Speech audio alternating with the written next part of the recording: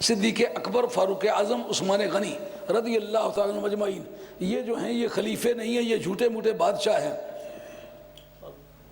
یہ شیعہ کا جملہ ہم اس پر غور کریں گے، کس سے ثابت کرتے ہو؟ خلافت کی کون سی بحث ہے اس میں؟ اس میں تو ان کے تقدس کو بیان کیا گیا کہ ان کو اللہ تعالیٰ نے یہ روحانی صلاحیتیں عطا فرمائی ہیں۔ خلافت کی بحث ہوتی تو پھر تم بحث کرتے، اور اگر اس کے اندر معنی خلافت کے ہوتے تو سب سے پہلے جناب مولا مرتضیٰ کو پتہ ہوتا۔ حضرت حیدر کرار کبھی صدیق اکبر رضی اللہ عنہ کے ہاتھ پر بیعت خلافت نہ فرماتے۔ بہت خوب۔ اگر جناب حیدر کرار نے خود بیعت خلافت فرمائی ہے تو پھر شیعہ کا یہ استدلال باطل ہے۔ تم شیعہ کا رد کرو کہ شیعہ کا بہانہ بنا کے مولا مرتضیٰ کے فضائل کے منکر بنتے ہو۔ بات سمجھائی نہیں آئی؟ پھر حضرت فاروق اعظم رضی اللہ عنہ کے ہاتھ پر آپ نے بیعت فرمائی، پھر حضرت عثمان غنی کے ہاتھ پر بیعت فرمائی، پھر اصولی طور پر جتنی جنگیں حضرت صدیق اکبر کے رضی اللہ عنہ کے دور میں لڑی گئیں، جناب حیدر کرار نے باضابطہ طور اس پر شرکت فرمائی، اور مال غنیمت میں جو حصہ ان کو دیا گیا انہوں نے قبول کیا۔ اگر ان کو وہ خلیفہ نہ سمجھتے تو بیعت نہ کرتے، ان کے ساتھ لڑائیوں میں شریک نہ ہوتے، انہوں نے مال غنیمت دیا تھا اس کو حرام سمجھتے، لیکن زندگی کے ایک لمحے میں بھی آپ کی بارگاہ میں چند بنو امیہ کے لوگ، نام لینا مناسب نہیں سمجھتا، وہ حاضر ہوئے، ان کا آپ خلفائے راشدین کے خلاف جنگ چھیڑیں، حضرت صدیق اکبر کو ایک دن میں ان کا تختہ الٹ دیں گے۔ آپ نے کہا میں نے ان کے ساتھ بیعت کی ہے، اور یہ تم جس بات کی درس دیتے ہو یہ منافقت ہے۔ میں بزدل آدمی نہیں ہوں کہ میں ڈر کے کسی کے ہاتھ پر ہاتھ رکھ دیا ہے۔ ان کو خلیفہ رسول جان کے ان کو خلیفہ مانا ہے، ان کے ہاتھ پر بیعت کی ہے، حتیٰ کہ پہلی مرتبہ لفظ رافضی جو استعمال ہوا ہے یہ علماء نے نہیں استعمال کیا، صحابہ نے نہیں استعمال کیا، خلفاء نے نہیں استعمال کیا، تابعین نے نہیں استعمال کیا۔ کس نے کیا ہے؟ حضرت زید بن علی نے۔ اچھا، ہاں، زید بن علی کون ہے؟ امام ابو حنیفہ کے مرشد کا نام ہے، حضرت امام زین العابدین کے صاحبزادے کا نام ہے، حسین کے پوتے کا نام ہے۔ کربلا شریف کے بعد پہلا جو اپوزیشن لیڈر ہے یہ اس کا جملہ ہے۔ امام حنیفہ نے جس کو اپنا پیر مانا ہوگا معمولی آدمی ہوگا؟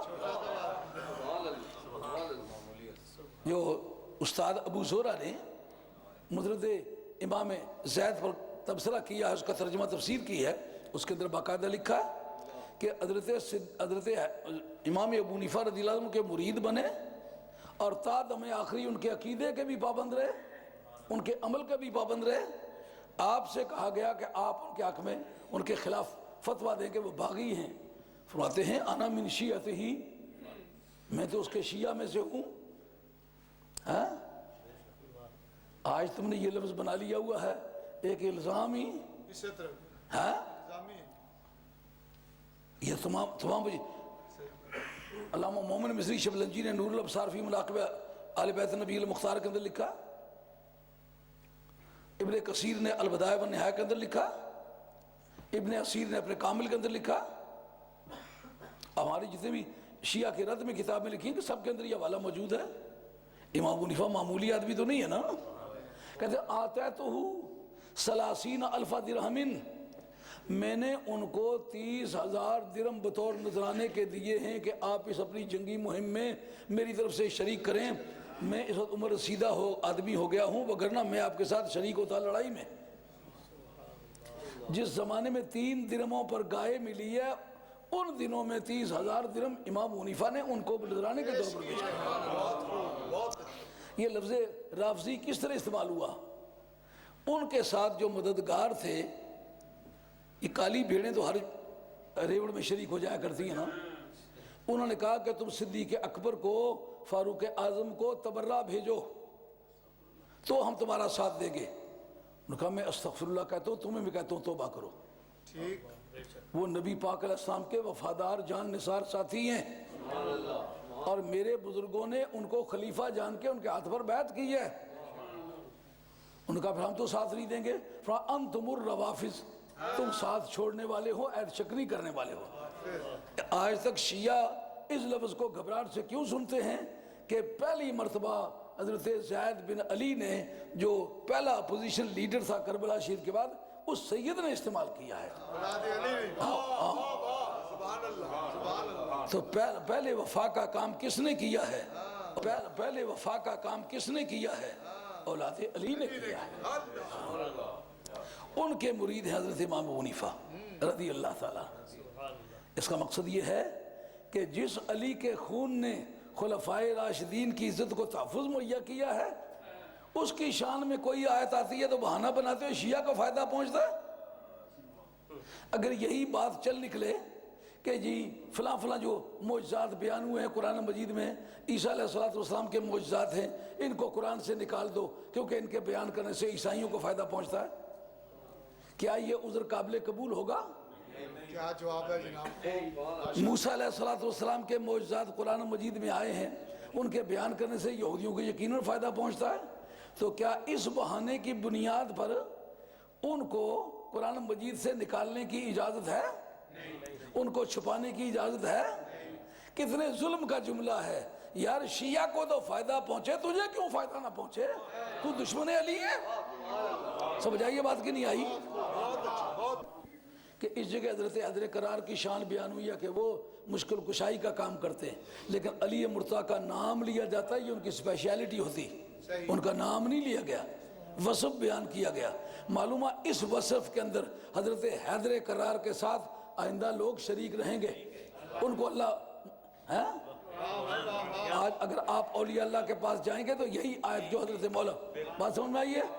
اب میں اسی طرح آپ سے پوچھتا ہوں، سَيُجَنَّبُهَا الْأَتْقَى الَّذِي يُؤْتِي مَالَهُ يَتَزَكَّى وَمَا لِأَحَدٍ عِندَهُ مِن نِعْمَةٍ تُجْزَىٰ۔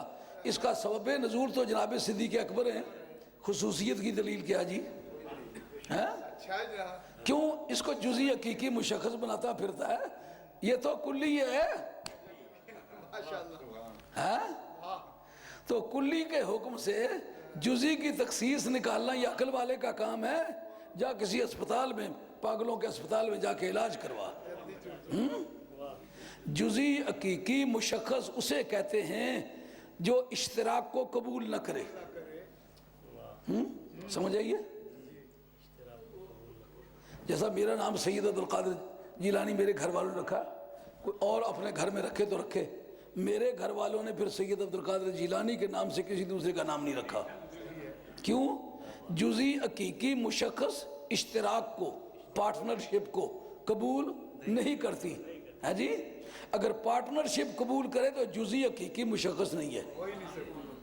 قرآن نے وہ جو قاعدہ بیان کیا ہے فَإِنَّ تَرَتُّبَ الْحُكْمِ عَلَى الْوَصْفِ يُشْعِرُ بِعِلِّيَّتِهِ لَهُ، حکم وصف پر مرتب ہو تو اس کی پھر خصوصیت نہیں رہتی، بلکہ جس وقت بھی وہ وصف پیدا ہو جائے حکم لوٹ لوٹ کے آگے سمجھ آئیے؟ جس طرح سمجھ آئیے؟ اس طرح حضرت صدیق اکبر کا نام تو نہیں لیا گیا نا، رضی اللہ تعالیٰ عنہ، وصف بیان کیا گیا ہے، آگے بتایا گیا ہے وَسَيُجَنَّبُهَا الْأَتْقَى الَّذِي اتقا موصوف ہو کر اللہ بمحض صلہ خیش اس کی صفت واقع ہوگا، تو صفت واقع ہو کر کے آگے بیان کرتا ہے یوتی مالہ یتزکا، وہ اس لیے خرچ کرتا ہے مال تاکہ وہ پاک ہو جائے، تو پھر یہ صفت ہوگی نا، صدیق اکبر کا نام تو نہیں لے گیا، وصف پر حکم رتب ہوا نا۔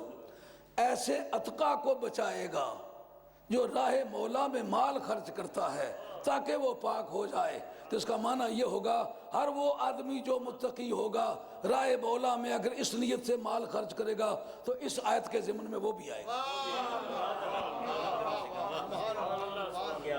اس کی خصوصیت ثابت کرنا چاہے کرے گا کہ جی نازل ان کے حق میں ہوئی ہے، اور نازل ان کے حق میں ہوئی ہے۔ میں تمہیں پوچھتا ہوں، حضرت سیدہ عائشہ طیبہ طاہرہ سلام اللہ علیہا آپ پر بے ایمان و منافقین نے تہمت لگائی، اور اس کے بعد 18 آیتیں نازل ہوئیں، حضرت سیدہ عائشہ کا نام لے لیا جاتا رضی اللہ تعالیٰ عنہ، تو پھر تو ان کی خصوصیت ہو جاتی۔ اب اگر قیامت تک کوئی جھوٹا الزام کسی کو تہمت کے طور پر بدکاری کا الزام دے ثابت نہ کر سکے، تو وہ جو درے مارنے والی حد ہے قیامت تک لگتی رہے گی کہ نہیں لگتی رہے گی؟ کہ جی کہے وہ یہ ان کی خصوصیت ہے، ان کے حق میں نازل ہوئی تھی، اور کس پاگل نے تمہیں بتایا ہے حق میں نازل ہونا وجہ خصوصیت ہے؟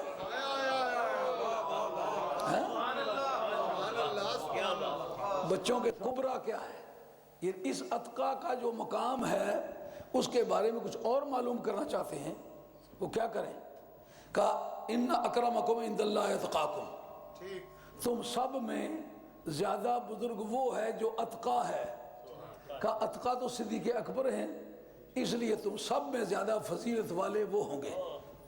ان کی فضیلت کی کروڑہ دلیلیں ہیں، ان سے وہ ثابت ہوگی ان کی افضلیت۔ ان آیتوں کے ذریعے سے فضیلت ثابت کرنا مرد نادہ کا کام ہے۔